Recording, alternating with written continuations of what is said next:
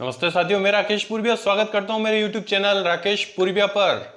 Class 10 NCERT course science का हम पढ़ रहे हैं, जिसमें हमने शुरू किया लेसन अम्ल क्षारक एवं लवण।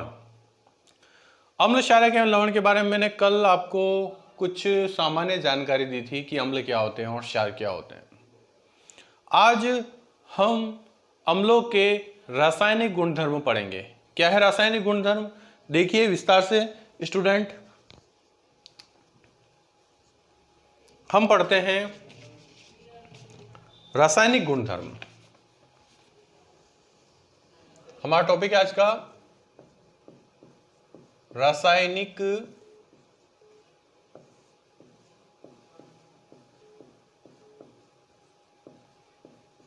गुणधर्म पढ़ेंगे हम। क्या पढ़ेंगे? रासायनिक गुणधर्म। देखिए ध्यान से आप इसको देखिए। सबसे पहले हम पढ़ेंगे अम्लों की धातुओं से क्रिया। सबसे पहले क्या पढ़ेंगे हम? अम्ल की धातुओं से क्रिया। अम्ल की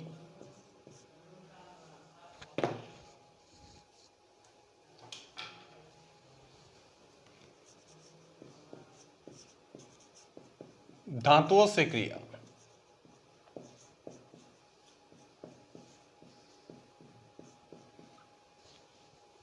मैं लिखता हूं, अम्ल जब धातु से क्रिया करेंगे तो लवण प्लस हाइड्रोजन गैस बाहर निकलेगी। ध्यान दीजिए, अम्ल जब धातु से क्रिया करेंगे तो लवण बनेगा और कौन सी गैस बाहर निकलेगी? हाइड्रोजन गैस बाहर निकलेगी। अब इसको एग्जाम्पल की दृष्टि से हम समझते हैं। देखिए, अम्ल में ले लेता हूं H2SO4 सल्फ्यूरिक अम्ल, धातु में ले लेता हूं जिंक। दोनों आपस में क्रिया करेंगे, जिंक SO4 से क्रिया करेगा और ZnSO4 बनाएगा और साथ में कौन सी गैस बाहर निकल जाएगी? हाइड्रोजन गैस बाहर निकल जाएगी। तो ये जो अभिक्रिया है वो अम्ल की धातु के साथ अभिक्रिया है, जिससे अम्ल जब धातु से क्रिया करते तो लवण व हाइड्रोजन गैस का निर्माण होता है। अगर किसी अभिक्रिया में हाइड्रोजन गैस निकल रही है तो हम पता कैसे लगाएंगे कि हाइड्रोजन गैस निकल रही है? तो आप क्या करेंगे, जहां पर हाइड्रोजन गैस निकल रही है हमको पता लगाना है, हम जलती हुई तीली उसके पास ले जाएंगे। जलती हुई तीली पास में ले जाएंगे तो फट फट पट पट की पटाखे जैसी आवाज आएगी, तो हमें पता चल जाएगा कि वहां कौन सी गैस निकल रही है? हाइड्रोजन गैस बाहर निकल रही है। तो अम्ल की क्रिया धातु से करवाने पर क्या बनते हैं? लवण व हाइड्रोजन गैस। लवण है ZnSO4, क्या हो गया? लवण है, जिंक सल्फेट कहते हैं इसको, और हाइड्रोजन गैस बाहर निकल गई। अगला बिंदु लेते हैं हम सेकंड, क्षार की धातु के साथ अभिक्रिया। क्षार की धातु से क्रिया। क्षार की क्या करेंगे? धातु से क्रिया। में लिख देता हूं, क्षार, इसकी क्रिया धातु से हो रही है, बनेगा लवण और हाइड्रोजन गैस बनेगी। इसको भी हम उदाहरण से समझ लेते हैं। क्षार ले लेता हूं मैं, सोडियम हाइड्रोक्साइड NaOH, धातु ले लेते हैं यहां पर जिंक। तो क्या बनेगा? इसकी इससे क्रिया होगी, बनेगा सोडियम जिंकेट। क्या बनेगा? Sodium zincate, Na2ZnO2। साथ में कौन सी गैस निकलेगी? Hydrogen gas. तो ये क्या बनेगा? सोडियम जिंकेट बनेगा, जिससे लवण है, और कौन सी गैस है? हाइड्रोजन गैस बाहर निकलेगी। तो ये था क्षार की क्रिया धातु के साथ में। अगला बिंदु हम लेते हैं स्टूडेंट, आप चाहो तो इसका स्क्रीनशॉट ले सकते हो और आप इसको उतार सकते हो। इसको मैं हटा देता हूं।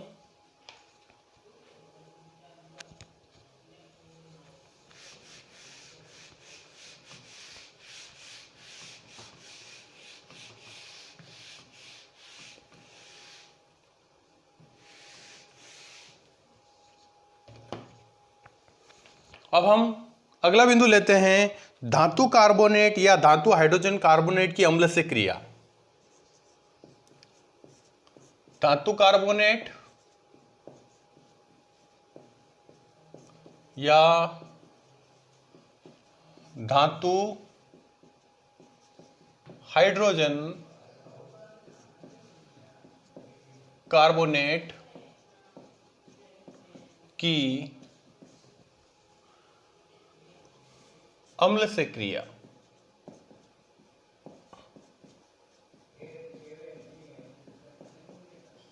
देखिए क्या होता है धातु कार्बोनेट। धातु कार्बोनेट का मतलब होता है धातु के साथ में कार्बोनेट हो तो उसे धातु कार्बोनेट कहते हैं। जैसे एग्जांपल ले लेते हैं CaCO3, ये धातु हो गया कैल्शियम, ये कार्बोनेट हो गया, ये हो गया धातु कार्बोनेट। सेकंड लेते हैं धातु हाइड्रोजन कार्बोनेट, मतलब धातु के साथ में हाइड्रोजन भी होना चाहिए और कार्बोनेट भी होना चाहिए। तो मैं लेता हूं धातु Ca, hydrogen H, carbonate CO3, तो ये हो गया धातु हाइड्रोजन कार्बोनेट। इसको बोलते हैं कैल्शियम कार्बोनेट, इसको बोलते हैं कैल्शियम हाइड्रोजन कार्बोनेट। अब इनकी क्रिया हम किससे करवाने वाले हैं? अम्ल के साथ में अभिक्रिया करवाएंगे। तो देखिए हम अम्ल के साथ अभिक्रिया करवाते हैं तो क्या होता है, देखिए धातु कार्बोनेट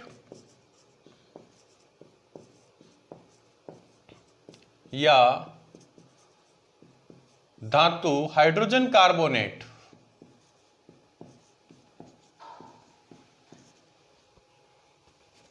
की क्रिया हम अगर अम्ल से करवाएं तो क्या बनता है, लवण प्लस कार्बन डाइऑक्साइड और साथ में जल का निर्माण होता है। लवण बनता है, कार्बन डाइऑक्साइड गैस बनती है और पानी का निर्माण होता है। अगर धातु कार्बोनेट या धातु हाइड्रोजन कार्बोनेट की अम्ल से क्रिया करवाई जाए तो लवण बनता है, कार्बन डाइऑक्साइड बनती है और जल का निर्माण होता है। अब इसको कुछ एग्जाम्पल से हम समझते हैं। मैं एग्जाम्पल बता देता हूं आपको, बहुत अच्छा रहेगा, एग्जाम्पल से ध्यान से समझिए। सबसे पहले मैं धातु कार्बोनेट की क्रिया अम्ल से करवा रहा हूं, तो मैं धातु कार्बोनेट ले रहा हूं सोडियम कार्बोनेट, ये सोडियम कार्बोनेट है, इसकी क्रिया में अम्ल से करवा रहा हूं, HCl अम्ल होता है। तो मैंने बोला आपको लवण बनेगा, कार्बन डाइऑक्साइड बनेगी और जल बनेगा। तो इसमें लवण कौन सा बनेगा, नमक बनेगा NaCl, साथ में कार्बन जल बनेगा और कार्बन डाइऑक्साइड बनेगी। इस तरह मैंने आपको बताया धातु कार्बोनेट की क्रिया जब अम्ल से करवाई जाती है तो लवण, कार्बन डाइऑक्साइड और जल का निर्माण होता है। इसको संतुलित कर लेते हैं। सोडियम 1 है, सोडियम इधर 1 है, 2 है, इधर 2 है, इधर 1 है, तो 2 कर लेते हैं। तो क्लोरीन कितने हो गए, 2, इधर क्लोरीन 1 है तो 2 कर लेते हैं। तो हाइड्रोजन कितने हो गए, 2, तो ये हाइड्रोजन 2, ऑक्सीजन 3, कार्बन 1, इधर भी कार्बन 1, ये हो गया धातु कार्बोनेट की अम्ल के साथ क्रिया करवाने पर ये बना। सेकंड चलते हैं, धातु हाइड्रोजन कार्बोनेट की अम्ल से क्रिया करवाएंगे। तो देखिए ये धातु हाइड्रोजन कार्बोनेट ले रहा हूं NaHCO3, इसकी क्रिया भी मैं किससे करवा रहा हूं, अम्ल से करवा रहा हूं।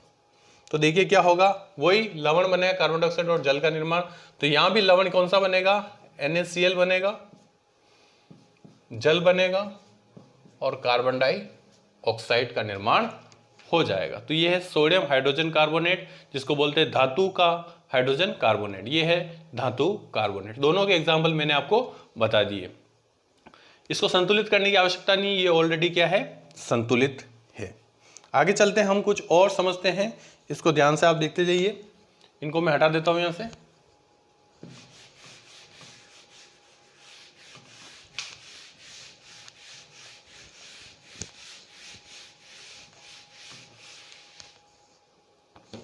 देखिए स्टूडेंट, ये स्टार लगा देता हूं, ये इंपॉर्टेंट उदाहरण है। कैल्शियम हाइड्रोजन या कैल्शियम हाइड्रोक्साइड बोलते हैं इसको, क्या बोलते हैं, कैल्शियम हाइड्रोक्साइड। इसकी क्रिया मैं कार्बन डाइऑक्साइड से करवाता हूं। किससे करवाता हूं, कैल्शियम हाइड्रोक्साइड की क्रिया मैं किससे करवा रहा हूं, कार्बन डाइऑक्साइड से। तो क्या बनता है, कैल्शियम कार्बोनेट का श्वेत अवशेष बनता है, ये श्वेत अवशेष बनता है, श्वेत अवशेष बनता है, सफेद अवशेष बनता है कैल्शियम कार्बोनेट का, और साथ में जल बाहर निकल जाता है। तो कैल्शियम हाइड्रोक्साइड की क्रिया जब कार्बन डाइऑक्साइड से करवाते हैं तो कैल्शियम कार्बोनेट क्या श्वेत अवशेष बनता है और साथ में जल बाहर निकल जाता है। आगे चलते हैं।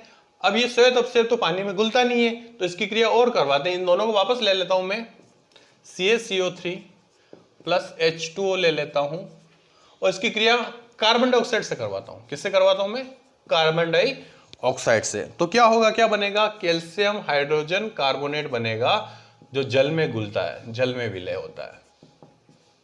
क्या होता है, जल में विलय। कैल्शियम हाइड्रोजन कार्बोनेट बनेगा जो जल में क्या होता है, विलय होता है। तो ये कैल्शियम कार्बोनेट का श्वेत अवशेष था, ये पानी था, इन दोनों को मैंने लिया, इनकी क्रिया मैंने किससे करवाई, कार्बन डाइऑक्साइड से करवाई, तो कैल्शियम हाइड्रोजन कार्बोनेट बनेगा जो जल में क्या होता है, विलय होता है। इनको याद करना बहुत जरूरी, केमिस्ट्री में क्या होता है कुछ फॉर्मूले ऐसे होते हैं उनको जरूर याद आपको करना पड़ता है। तो देखिए आप अगली बात करते हैं, मैंने यहाँ लिखा आपको ये कैल्शियम कार्बोनेट, ये लिखा है मैंने, ये देखिए श्वेत अवशेष कैल्शियम कार्बोनेट।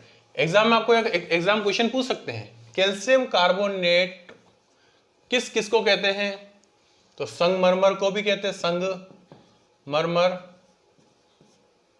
खड़िया पत्थर को कहते हैं जिसको अपन चौक कहते हैं, खड़िया, संगमरमर हो गया, खड़िया हो गया, और आपका चूना पत्थर, चूना पत्थर। तो ये तीनों का मतलब ही क्या होता है, कैल्शियम कार्बोनेट ही होता है। संगमरमर कैल्शियम कार्बोनेट ही कहते हैं, खड़िया को भी चौक जिसको कहते हैं कैल्शियम कार्बोनेट कहते हैं, चूना पत्थर को भी कैल्शियम कार्बोनेट कहते हैं। एग्जाम में क्वेश्चन पूछे चूना पत्थर का फॉर्मूला बताया तो आप यही लिखेंगे, खड़िया का पूछे तो भी यही लिखेंगे, और संगमरमर का पूछे तो भी आपको यही फॉर्मूला लिखना है। अब हम आगे चलते हैं, ये आपको समझ में आ गया होगा। अगला बिंदु हम लेते हैं, इनको मैं हटा देता हूं।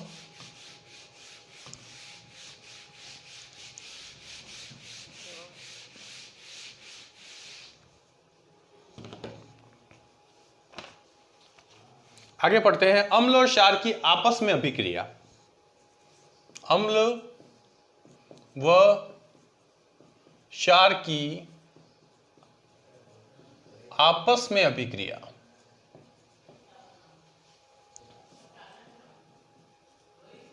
अगर अम्ल और क्षार आपस में क्रिया कर ले तो क्या होगा, खुद ही क्रिया कर ले अम्ल और क्षार, तो मैं लिख देता हूं अम्ल प्लस क्षार दोनों क्रिया करें तो लवण व जल बनता है। क्या बनता है, लवण प्लस जल बनता है। ऐसी अभिक्रिया क्या कहलाती है, हमारी उदासीनीकरण अभिक्रिया कहलाती है। देखिए अम्ल और क्षार आपस में क्रिया करते तो लवण व जल बनता है। ऐसी अभिक्रियाएं, ऐसी अभिक्रिया उदासीनीकरण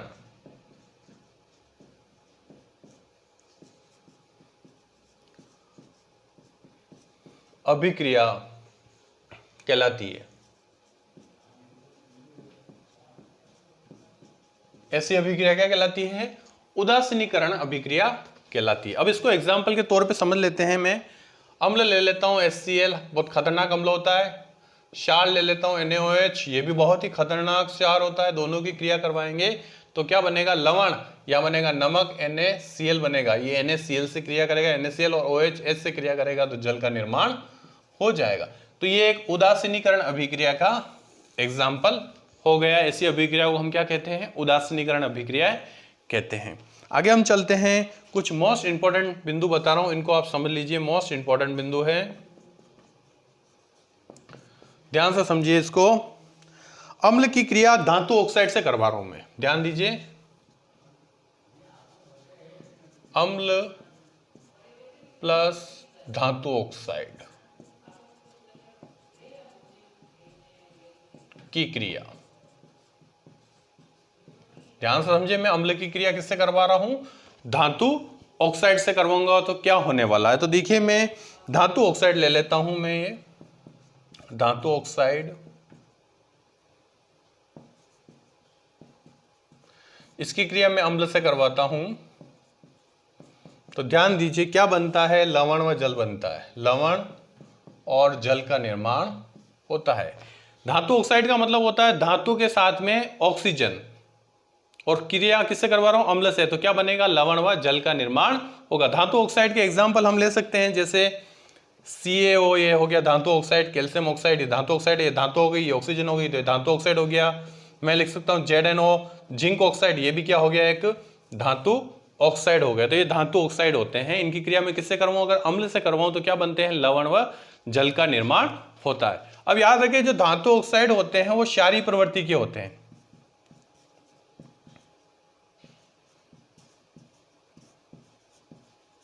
धातु ऑक्साइड किस प्रवृत्ति के होते हैं, याद रखें, एग्जाम पूछ सकता है धातु ऑक्साइड की प्रवृत्ति कैसी होती है, तो कैसी होती है, क्षारकीय प्रवृत्ति के होते हैं धातु ऑक्साइड। तो ये आपको समझ में आ गया होगा।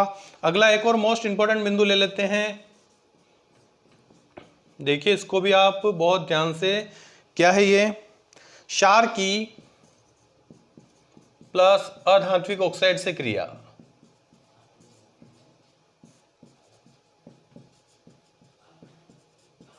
क्षार की क्रिया किससे करवा रहा हूं मैं?